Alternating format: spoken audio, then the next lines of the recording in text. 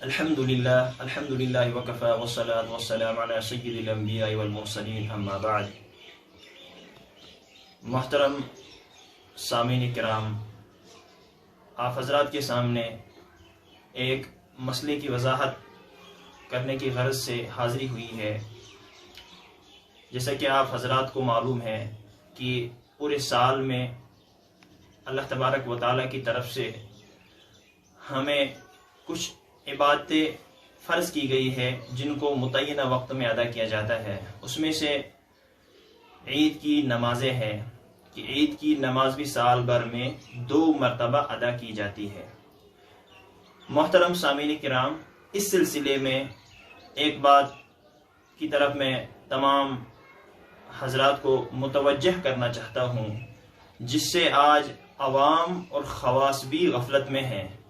اور ہم سب کو اس پر متنبہ ہونے کی ضرورت ہے۔ وہ یہ ہے کہ ایک رواج چل پڑا ہے کہ عموماً اب لوگ اپنی اپنی مساجد میں عید کی نماز پڑھتے ہیں، حالانکہ رسول پاک صلی اللہ علیہ وسلم کا جو طریقہ تھا کہ عید کی نماز آپ علیہ الصلاۃ والسلام عیدگاہ میں ادا فرماتے تھے۔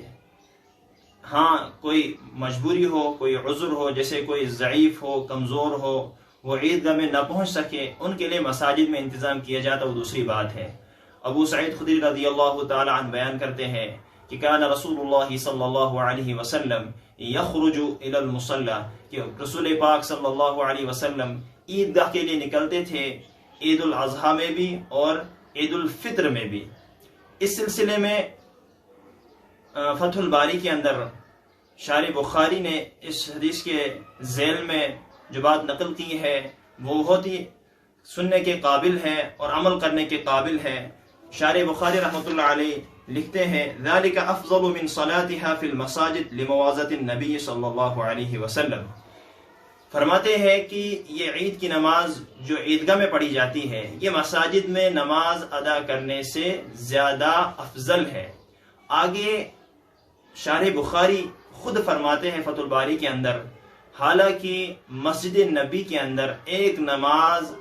پڑھنے پر 50,000 نماز کا ثواب ملتا ہے، اس کے باوجود رسول پاک صلی اللہ علیہ وسلم اس فضیلت کو چھوڑ کر عیدگاہ میں جاتے تھے، عیدگاہ میں نماز ادا فرماتے تھے۔ اس سے ہمیں یہ سبق ملتا ہے کہ ہمیں بھی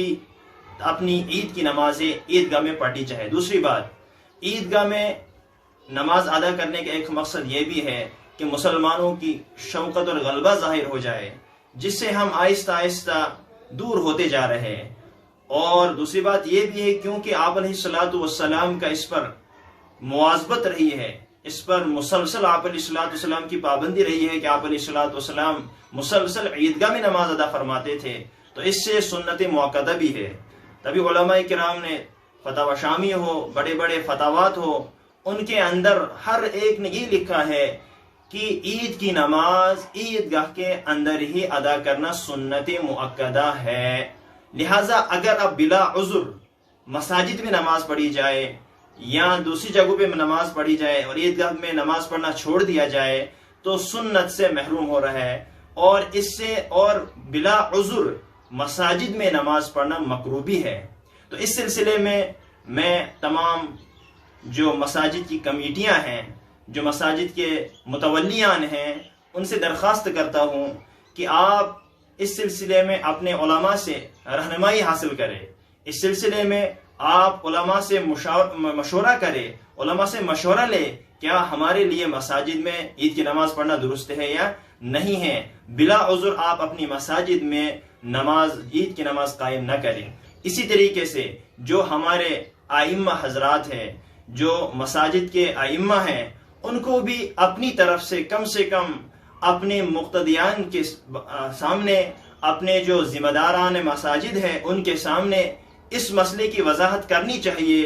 کہ بلا عذر ہم تارک سنت میں داخل نہ ہو جائے۔ اس لیے کہ اگر کوئی کمیٹی یا اگر کوئی امام صاحب اس سلسلے میں ساتھ دے رہا ہے تو رسول پاک صلی اللہ علیہ وسلم کی سنت کو چھوڑنے میں ساتھ دے رہا ہے۔ قرآن کہہ رہا ہے تعاونوا علی البر ولا تعاونوا علی الاثم والعدوان، کہ آپ نیکی کو تو ساتھ دو لیکن برائی کو گناہ کو ساتھ نہ دو، اور مسلسل بلا عذر رسول پاک صلی اللہ علیہ وسلم کی سنت کو ترک کرنا یہ بھی ایک گناہ ہے۔ لہٰذا اگر ائمہ کرام ہو یا مسجد کی کمیٹیاں اس پر زبردستی کر رہے ہو تو وہ بھی سارے اس زمرے میں آ رہے ہیں۔ ہاں اگر کوئی مجبوری ہو، بارش ہو، یا کوئی ایسا علاقہ ہو جہاں عیدگاہ بالکل موجود نہ ہو، عیدگاہ کے لیے زمین نہ ہو، یا دوسری کوئی مجبوری ہو، وہاں تو دوسری بات ہے۔ لیکن جس علاقے میں آپ کے سامنے عیدگاہ بھی ہو، اس کے باوجود محض اس بنیاد پر کہ ہم دوسرے کے عیدگاہ میں کیوں نماز پڑھنے جائیں، فلاں کے عیدگاہ میں کیوں نماز پڑھنے جائے، فلاں امام کے پیچھے کیوں نماز پڑھنے جائے، اس سے ہم تاریک سنت ہے، سنت کو چھوڑنے والے ہیں، اور سنت کا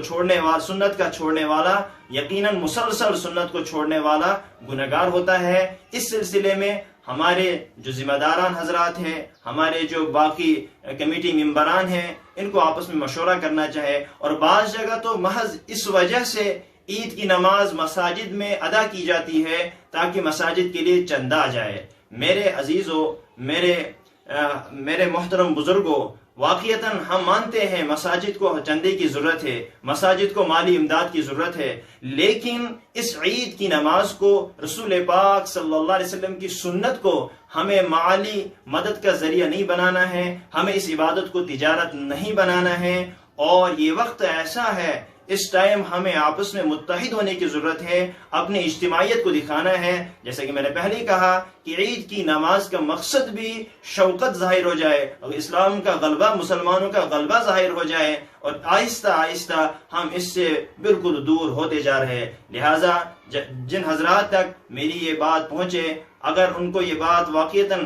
سمجھ آ جائے تو انہیں اس پر عمل کرنا چاہے، اور ہمیں اسی عید سے اگر ہمارے پاس کوئی عذر نہ ہو تو عیدگاہ میں اپنی نمازیں ادا کرنی ہوں گی۔ ہاں اگر کسی جگہ ہمارے متولیان یا ہمارے مسجد کے ذمہ داران اس کے لیے تیار نہیں ہو رہے، کیونکہ اکثر جگہ مساجد کے ذمہ داران وہ حضرات ہیں جن کو دین سے کوئی وابستگی نہیں، دین کا علم نہیں، ان کو اگر یہاں سے بات سمجھاؤ آپ وہ سمجھ نہیں پائیں گے، فتنے کا باعث بنے گا۔ تو عوام جو ہے، ہمارے خصوصاً نوجوان حضرات ہے، محض اس بنا پر کہ ہمیں اپنی گاہوں میں جلدی نماز ادا ہو جائے گی، اس بنا پر آپ تاریک سنت نہ بنے، اس سنت کو نہ چھوڑے، آپ نکلے اور اپنی عیدگاہ میں آپ نماز ادا کرے، اور کم سے کم اپنے آپ کو تاریک سنت نہ بنائے، رسول پاک صلی اللہ علیہ وسلم کی سنت کو چھوڑنے والا نہ بنائے۔ کم سے کم اس دور میں رسول پاک صلی اللہ علیہ وسلم نے فرمایا ہے کہ ایک ایسا دور آئے گا کہ جب